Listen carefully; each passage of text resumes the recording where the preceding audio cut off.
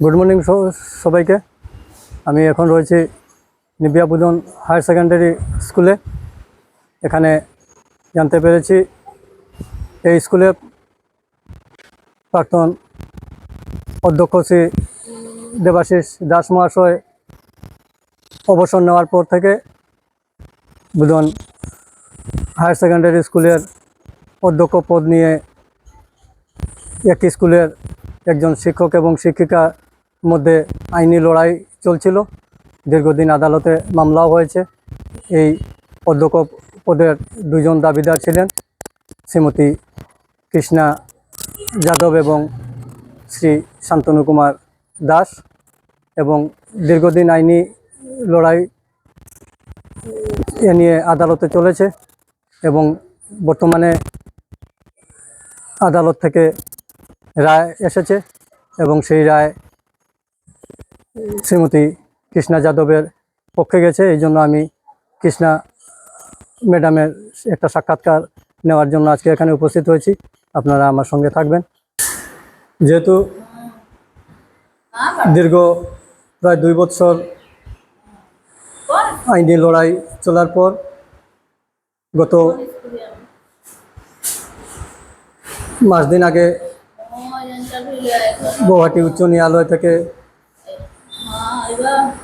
মোকদ্দমার রায় পেয়েছিলেন শ্রীমতী কৃষ্ণা যাদব মহাশয়া এবং সেই হিসেবে ইন্সপেক্টর অফ স্কুল করিমগঞ্জের ওনার এখানে গত 18 জুলাই উনি বুদন স্কুলের ইনচার্জ অধ্যক্ষ হিসাবে দায়িত্বভার নিয়েছেন এবং বর্তমানে উনি আমাদের বিদ্যালয়ে আছেন। এবং আমি ওনার কাছ থেকে জানার চেষ্টা করব যে ওনার কার্যকালে সুনামধন্য বুদন উচ্চতর মাধ্যমিক বিদ্যালয়ের উন্নয়ন আরও কতটুকু ত্বরান্বিত হবে বা এগিয়ে নিয়ে যাবেন ওনার নেতৃত্বে, ওনার সহকারী শিক্ষকদের সহযোগিতায়। এ বিষয়ে ওনার মতামত জানার চেষ্টা করব। প্রথমে নমস্কার আপনাকে। ধন্যবাদ।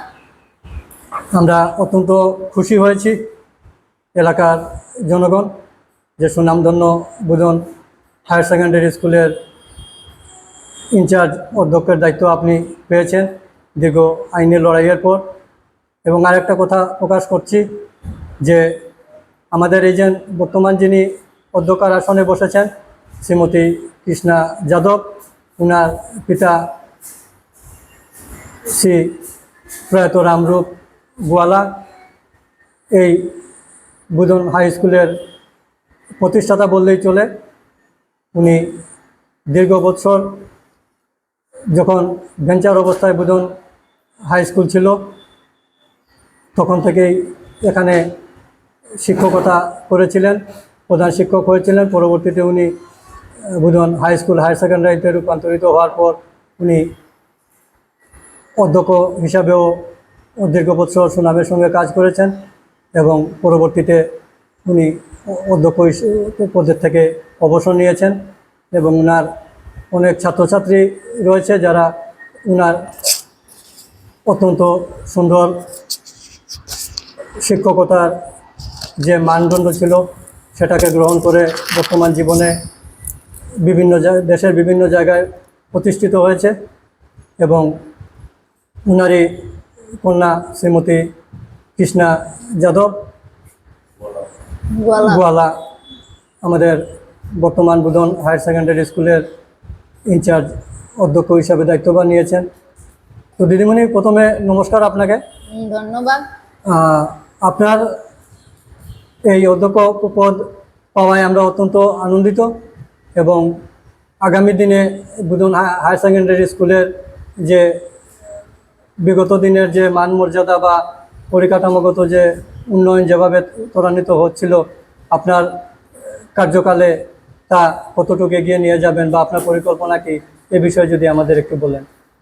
আমার পরিকল্পনা হলো আমাদের এই যে বুদন হায়ার সেকেন্ডারি স্কুলটা, এই স্কুল কিভাবে সুন্দর হবে, সুস্থভাবে চলবে এবং আমরা সবে মিলেমিশে স্টাফ হোক বা আমার এখানে যত গণ্যমান্য ব্যক্তিরা সবাইকে নিয়ে আমি আমার আমার স্টাফ সহযোগী সবকে নিয়ে আমি আমার এই স্কুলটাকে খুব ভালোভাবে চালাইতে চেষ্টা করব এবং আমি আশা করব আগামীতে আমার এই বুধন স্কুল খুবই সুন্দর এবং ভালো উন্নতি করবে এবং আমরাও সবাই মিলে আমার স্টাফ যারা আছেন ওনাদেরকে নিয়ে আমি যাতে আমার স্কুলের পড়াশোনা এবং এই যে পরিবেশ পরিস্থিতি আমার স্কুলের ছাত্রদের উন্নতি ভালো রেজাল্ট এগুলা সম্বন্ধে আমি খুবই চেষ্টা করব এবং যাতে আমার স্কুল যেমন আগে ছিল এর চেয়েও বেশি যাতে উন্নত হয় পড়ালেখার দিক দিয়েও হোক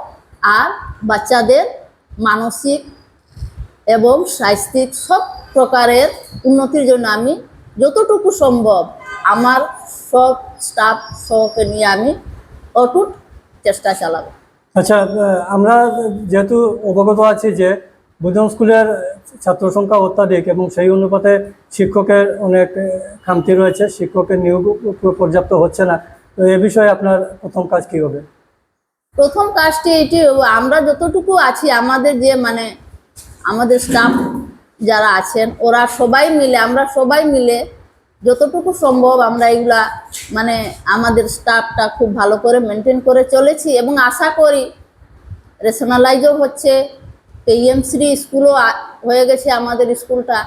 ওর জন্য আশা করি সরকার আমাদের যতটুকু আমাদের প্রয়োজন এই প্রয়োজন অনুসারে আমাদেরকে স্টাফ দিবেন আমি তা আশা করছি এবং যতদিন পর্যন্ত স্টাফের কমি আছে বা খামতি আছে এটার মধ্যে আমরা অনেক প্রচেষ্টা করে এবং করছি, আমরা সবাই স্টাফ মিলে সবাই করছি এবং অটুট পরিশ্রম করে আমরা আমরা ক্লাসটা সুচারুভাবে চালাইয়া নিয়েছি।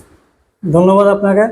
আমরা আশাবাদী যে আপনার সুদক্ষ নেতৃত্বে বুধন হায়ার সেকেন্ডারি স্কুলের আরও শ্রীবৃদ্ধি হবে। আমরা আপনাকে শুভকামনা জানাচ্ছি।